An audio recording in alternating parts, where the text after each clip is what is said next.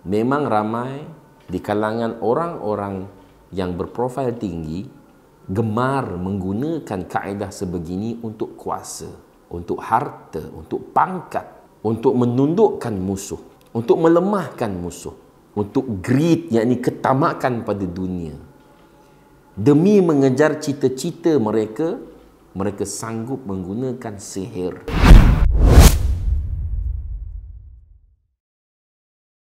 Assalamualaikum warahmatullahi wabarakatuh.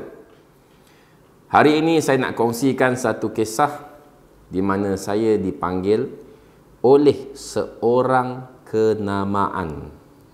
Dan kes ini adalah kes berprofil tinggi. Sekitar tahun 2016-2017, saya dipanggil ke sebuah rumah banglo yang besar di ibu negara, dan kisahnya ialah hamba Allah ini minta tolong supaya tengokkan ataupun rawat ahli keluarga dia kerana khawatir ada kesan-kesan sihir. Dan kisahnya, isteri kepada hamba Allah ini adalah anak kepada seorang wanita yang dikatakan suka menggunakan sihir.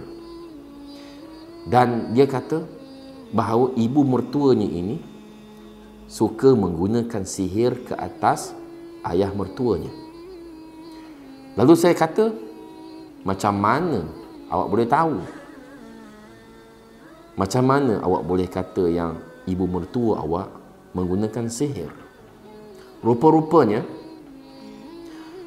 anaknya, iaitu isteri kepada hamba Allah ini, pernah membantu ibunya mengambil kuku, iaitu kuku ibunya yang sudah dipotong dan ditumbuk dengan lumat sehingga hancur dan ditabur ke dalam nasi yang sedang dimasak dan kemudian dihidangkan kepada ayahnya.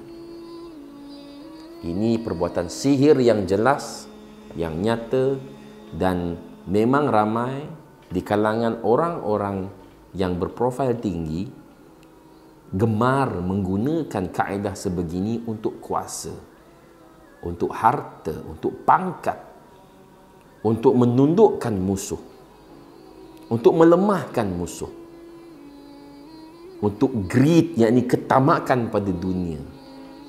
Demi mengejar cita-cita mereka, mereka sanggup menggunakan sihir walaupun ke atas ahli keluarga sendiri.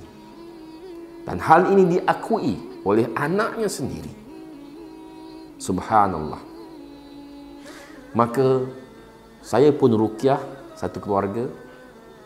Saya bacakan ayat-ayat ruqyah, surah Al-Fatihah, daripada surah Al-Baqarah dan sebagainya. Dan alhamdulillah, tidak ada apa-apa simptom yang mencurigakan ataupun simptom yang menunjukkan adanya gangguan, dan saya yakin dan percaya mereka selamat dan dilindungi oleh Allah Subhanahu Wa Taala daripada gangguan sihir.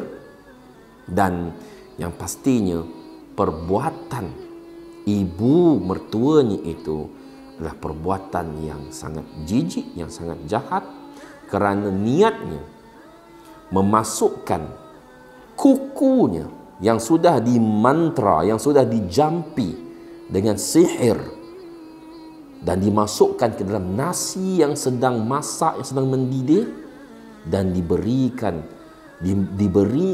kepada suaminya untuk dimakan. Perbuatan yang sangat jahat, yang jijik. Dan inilah sihir yang mana merupakan perbuatan syaitan yang dilaknat oleh Allah Subhanahu Wa Taala, perbuatan yang kufur pada Allah. Dan sewajibnya, semestinya orang yang terlibat dengan perkara sebegini mestilah bertaubat nasuha, dan memohon ampun pada Allah Subhanahu Wa Taala sebelum terlambat. Ini hanyalah satu kisah daripada kisah-kisah yang sangat banyak yang saya jumpa. Sepanjang 12 tahun terlibat dalam bidang rawatan Islam, membantu orang ramai yang menghadapi masalah spiritual. Dan ternyata dalam masyarakat kita di Malaysia ini masih ramai lagi yang taksub dengan bomoh, dengan dukun. Mereka suka mendapatkan khidmat bomoh dan dukun untuk pelbagai alasan, dengan pelbagai keperluan. Mereka nak pelaris, mereka nak jodoh, mereka nak menundukkan lawan dalam perniagaannya ataupun lawan politiknya. Mereka hendak cepat kaya. Mereka nak jaga rumah, jaga harta benda, tetapi mereka menggunakan sarana yang haram. Sarana yang berdosa, dan dosa itu sangat besar. Kerana Nabi SAW telah menyebutkan dalam satu hadis tentang al-mubiqat. Iyyakum wal mubiqat. Berhati-hatilah kamu dengan mubiqat. Apa itu mubiqat? Mubiqat ialah dosa yang membinasakan. Yang pertama Nabi kata asyirku billah, mensyirikkan Allah Subhanahu wa taala. Dan yang kedua selepas syirik ialah as-sihr, iaitu menggunakan sihir. Dan hukum sihir ini ialah haram, dosa besar dan jatuh kafir. Dalam surah Al-Baqarah ayat 102 Allah mengatakan tentang Harut dan Marut yang diutuskan kepada manusia sebagai fitnah, yakni ujian bagi mereka, yang mengajarkan manusia sihir, tetapi tujuan mereka mengajar sihir itu sebenarnya untuk menguji manusia. Allah kata, "Wa ma yu'allimani min ahadin hatta yaqula innama nahnu fitnatun fala takfur." Yang bermaksud, dan mereka tidaklah mengajarkan sihir itu kepada seseorang pun sehinggalah mereka kata kepada manusia, innama nahnu fitnah, sesungguhnya kami ini hanyalah fitnah, ujian bagi kamu, fala takfur, maka janganlah kamu kafir. Bermaksud, jangan kamu jatuh kafir kerana kamu belajar dan mengamalkan sihir ini. Wal'iyazu billah. Tuan-tuan dan puan-puan, kita hidup di dunia ini, kita nak rahmat Allah, kita nak berkat daripada Allah, kita nak jagaan perlindungan daripada Allah Subhanahu Wa Taala, kita nak bahagia di dunia dan di akhirat. Jangan kerana dunia yang sedikit ini, janganlah kerana dunia yang sementara ini kita sanggup menggadaikan akhirat. Kita sanggup melepaskan rumah kita di syurga dan kita sanggup mencampakkan diri kita ke lembah Jahannam hanya kerana dunia yang sedikit ini. Tuan-tuan dan puan-puan, peringatan untuk saya dan juga anda semua, sama-sama kita bertaubat pada Allah, sama-sama kita beristighfar pada Allah, dan sama-sama berdoa semoga kita dan keturunan kita jauh daripada amalan yang haram dan berdosa besar begini. Na'udzubillahi min zalik. Sehingga berjumpa lagi, aku qauli hadza wa astaghfirullah li wa lakum.